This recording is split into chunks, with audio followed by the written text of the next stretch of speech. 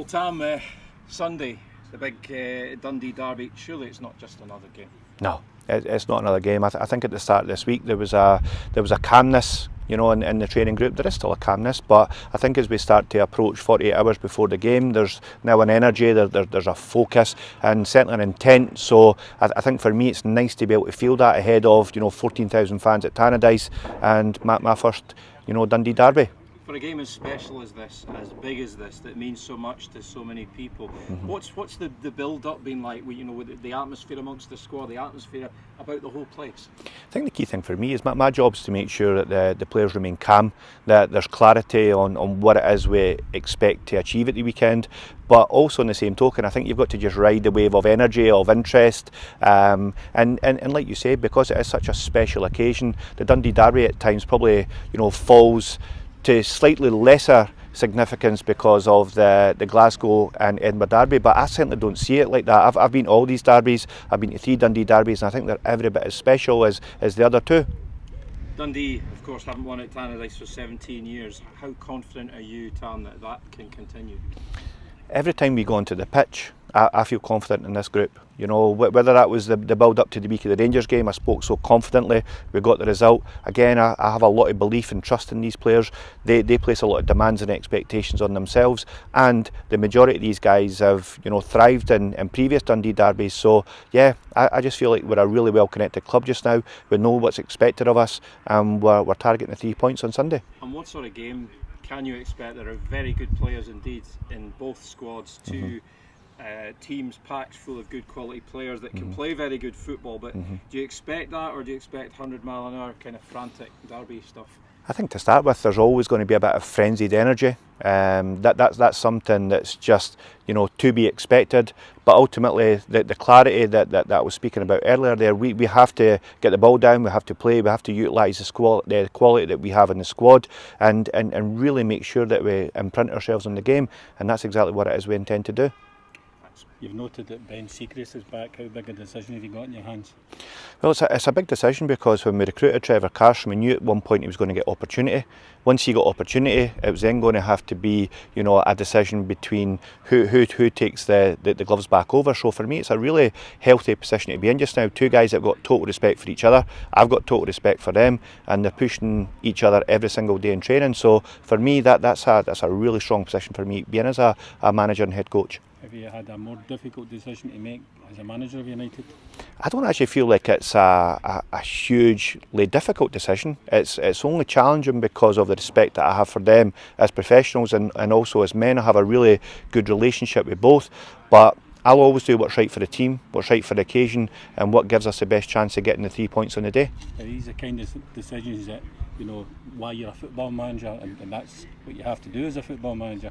Yeah, absolutely, and I really enjoy those types of decisions. I think when you're involved in recruitment and you want to have healthy competition, naturally you're going to disappoint players at times. At other times you're going to give players opportunity that are going to take that fantastically well, and I think Trevor Carson's done that over the last few weeks. He's performed admirably well. He's not overperformed because we knew what we're getting when we signed him, but he is a top goalkeeper and one that will add value at this club for quite a long time.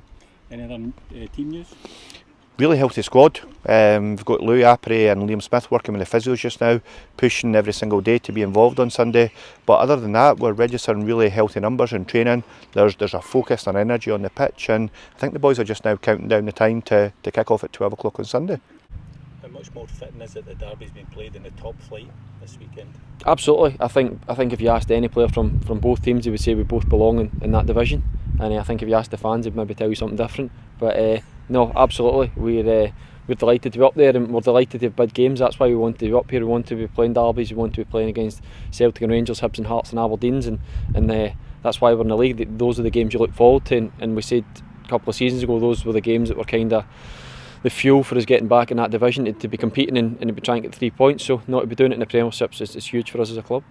Does this fixture and you 2 teams add to the general strength of the Premiership? I think so. I think somebody commented kind of close season there that this is probably the strongest the Premiership's been in a good number of years. I think you're looking, you've pretty much got a lot of the big boys. There's obviously a couple down in the Championship that we argue they could be up there, and rightly so. But yeah, this has got all your big teams in it, all fighting for it, and all could go on a decent run and really do something this season. So we want to be that team that everybody's talking about come the end of the season, that's had a good year and put in some good performances. How much will Jim McLean hang over this fixture? Absolutely. I mean, I think you're saying hangover, it sounds a bit ominous and a bit bad, but Jim McLean's certainly somebody that we can look to as a kind of role model, and somebody who came into this club and took a kind of a team and a group of players and took them at extraordinary levels, and somebody who has been used as an example for us to say, look, this is how high this club can go, this is the standards that are set, and this is the levels they've been at before, and if you can emulate that, or even just a tenth of what they've done, then you'll have had a great career and you'll have had a great time at Dundee United. Long since he was celebrated in this way. Absolutely, and I think we were unfortunate that we were at the club when he passed away, and there was the tributes outside it, but again it just reinforced how high esteem he's held at this club, and I think it let the current group of players just see just exactly what he'd done and really drive home just how successful a manager and how successful a team that Dundee United had in that era. Mark, obviously, like you say, the place is going to be bouncing on Sunday, full house, 14,000. Everybody is going to be really, really fired up, players and fans alike.